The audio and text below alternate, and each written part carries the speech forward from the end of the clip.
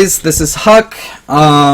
So I just want to do a quick vlog, talk about what happened the last week and a half that I was at E-League, the big thread that came up, and the Thorin video that came up, and just kind of like recap it, give you my point of view of what happened. And I want to make this short and concise, and if there's follow-up questions, please post them. So the first thing that I really wanted to bring up, the big issue, was the segment I had with CP. You know, it was good and bad. First off, I want to say that we were pushed to be more controversial, to be higher energy, and to do segments like that. So prior to that segment, me and ZP talked about what was going to happen as far as like, let's have this debate. Let's save it for live. I'm going to say Buds, you say IDDQD, and let's go at it a little bit. From E-League's perspective, they're like, do that. Good. Great. After we got off this segment, E-League were like, that was wonderful. More of that. Blizzard were like, that's cool. Awesome. Other talent. Also, hey, you guys could have took it to another level. I talked to ZP. He's like, yeah, I didn't mind that at all. Great stuff. Let's keep doing stuff like that. To break down what was actually said, I said that he was Gold League, his Gold League insights. ZP said that he played Tailspin at LAN in 2012 for Tribes, and some minor comment that I don't remember, that I wasn't part of the scene, or I didn't listen to the cast prior. So just to break down the Gold League comment, because that was where I got a lot of hate. There's two sides to this argument where I think it came off joking. I think the general community saw it as joking. Twitch chat even saw it as joking. It was mainly the like hardcore competitive audience that didn't see that, and I think that's a combination of things where I think Zolden Boy, ZP is seen as the Golden Boy, not referencing actually Golden Boy that was there, but he's seen as like the baby Jesus of Overwatch, and deservedly so, because he's really good caster, good analyst, you know, super excitable. He's kind of like the whole package to a certain degree in a lot of ways, and he's also worked his ass off, and that's fine. But that's one part of it, and the other part of it is we're actually very similar in skill, at least from, you know, what we can show so far. Maybe we aren't, and that'll be a tale for another time, or we'll see that in the future.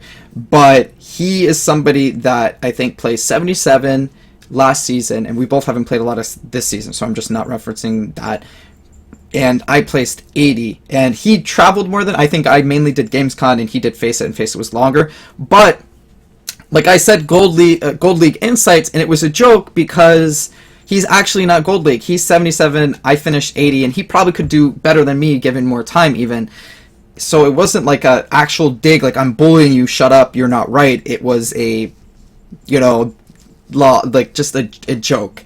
And it didn't come off as jokey as it should have, probably because, well, multiple reasons, but I just don't think ZP is like a super jokey guy, and I think you can see that in the segments that we do the next few days compared to the segments that Golden Boy's on there, and that's cool, that's fine, and I like that part about ZP because he is so passionate and he does have, you know, those very strong opinions. But at the same time, Thorin refers to me as I'm egotistical, I'm not a team player, I don't know my role. I very much do know my role. I did know my role, and it was a team effort that went into that segment, won the whole show together. And we kind of get pulled in by the host a little bit earlier than what me and CP would have liked to have had. And that's just because we had to go to commercial, or we had to move the show along because we had, you know, certain time restraint. And if you worked production, if you worked as talent, you kind of understand that standpoint. But I can see the argument. It came off a little bit more heated than it should have. So that's completely understandable. But I hope you guys see my perspective of it more, and where that came from.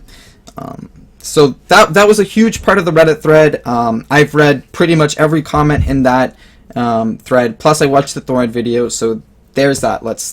That's gone. I hope you guys understand my standpoint. The next big subject I want to talk about is a combination of 2 or 3 things. One being I am shitty at what I do. I am just bad at being an analyst. I don't deserve it.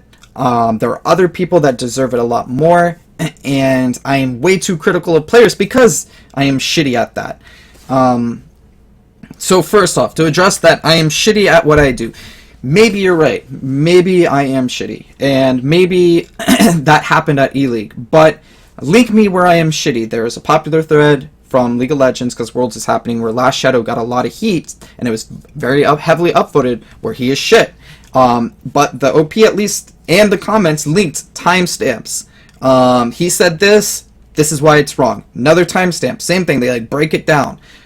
I have no problem with being wrong. I am not always right. I will admit that 100%. No analyst is.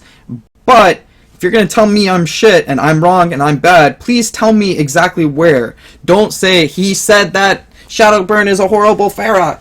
He said that Seagull is shit and he's bad.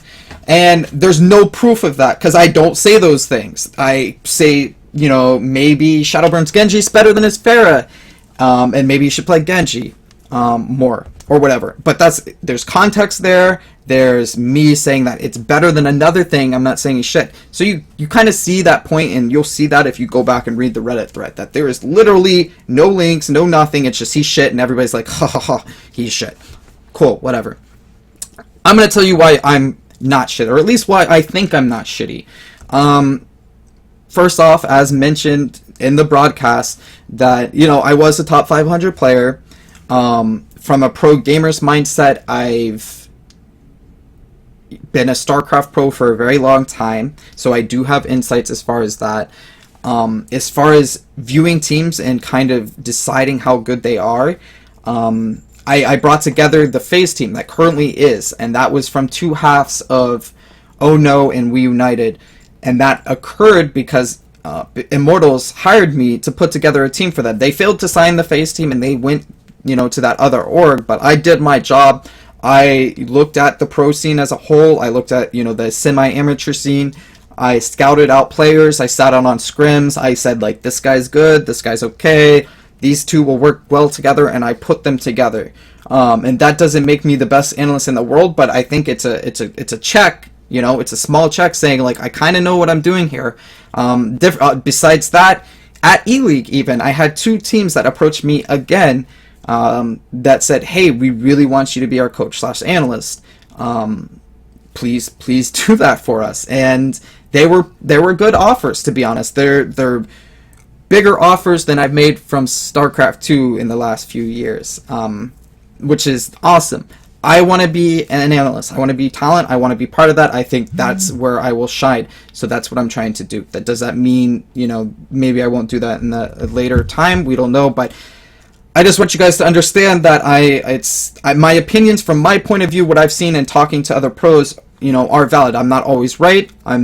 Can be wrong, but I do have a good standpoint. And even outside of that, there were 3 other teams from E-League in the last 2 months, even the last month, that approached me and said they wanted me to do the same thing, coach / analyst for them, head coach. So if you look at that resume of, like, you know, top 500 World Cup, help create FaZe, you know, was a big part of that, and, you know, have these offers to be a coach analyst. I think I know what I'm talking about. Like, maybe you guys are all right and I'm bad and shit, but if you're gonna say I'm bad and I'm horrible and I don't know what I'm talking about and I have platinum insights, give me links. Tell me where I'm shitty in the threads, in the comments, whatever, so I can at least defend myself or see where you think I'm wrong and work on that.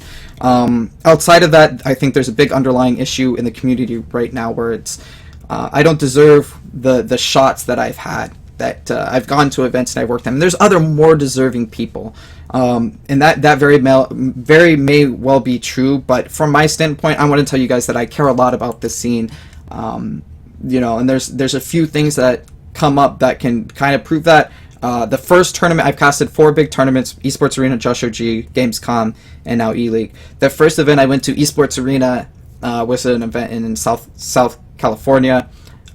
We got paid nothing for that. I went to that event not getting paid. No one got paid, as far as I know, from the talent side. And there was a few people like Rachel, who you saw there, T-Squared, whoever, that are from that area. Not only did we not get paid, I flew myself out from Canada. I paid out of pocket. I lost money on the event to attend it and cast it and help with that process.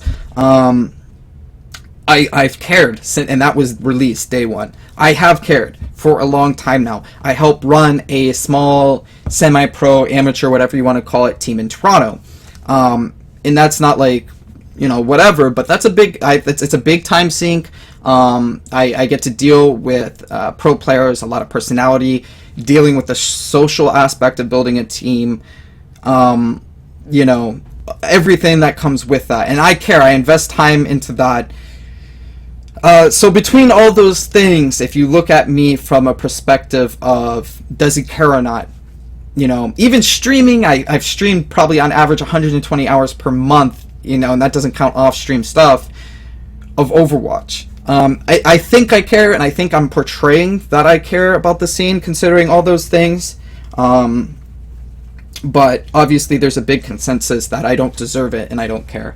When you look at other casters, I definitely think there are casters that deserve a shot, and one of those being someone like a Hexagrams.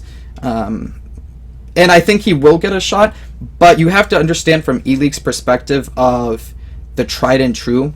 You look at someone like me, I've been on camera, I've done interviews, I've been on big stages, I don't choke, I can have a good camera presence. There's a lot of factors that come into that are hard to understand if you don't come from a talent or production standpoint. And I'm gonna reference two guys just because that's what I'm familiar with. There's Husky StarCraft and HD StarCraft, very similar to Hexagrams in the fact that they did a lot of online work. They were great. People loved them. They were invited to one MLG. They go to the MLG and they froze. They just choked. They choked super hard and they never went to another live event to be casters or anything after that.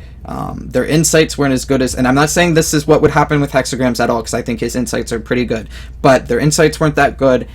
They were skittish on camera. They didn't have the eye contact that was necessary. They were very frozen, jittery. They choked on their words. And that's just something that a big tournament like E-League cannot rely on. They're going to have a live TV audience on TBS. They're a big production company. They need people who will show up and perform and not choke. And once again, someone like Hexagrams, because I'm just using him as the example, he hasn't had that live experience. And that doesn't mean he would choke. Maybe he's great on camera. Maybe he can hit, the different angles, knowing where to look, being animated, being loud, be controversial, whatever, bringing energy up, knowing all these different aspects that, are hard to tell from a viewer standpoint, but maybe he won it. And I think putting him on that level of a stage is really difficult. I think if you put him at a lower stage, like an esports arena tournament, Joshua G event, even a Gamescom, or a DreamHack winner that just got announced, I think it'd be great for that. That's like a stepping stone where you can kind of, you can hit that E-League eventually, but you don't want to put someone in the crucible of fucking, Hell's Kitchen pit, whatever, and they choke really hard. And if you choke really hard, you're done. You usually don't get second chances. So yeah, those are basically my whole thoughts on the event. I'll be answering questions and everything. I just want to let you guys know that I am always receptive to feedback. I want to be the best caster. This is something I'm committed to, and that's caster/analyst. But yeah, just comment. Let me know what you think. I hope this gets good reception, and let's move forward. Go on with it. All right, thanks guys.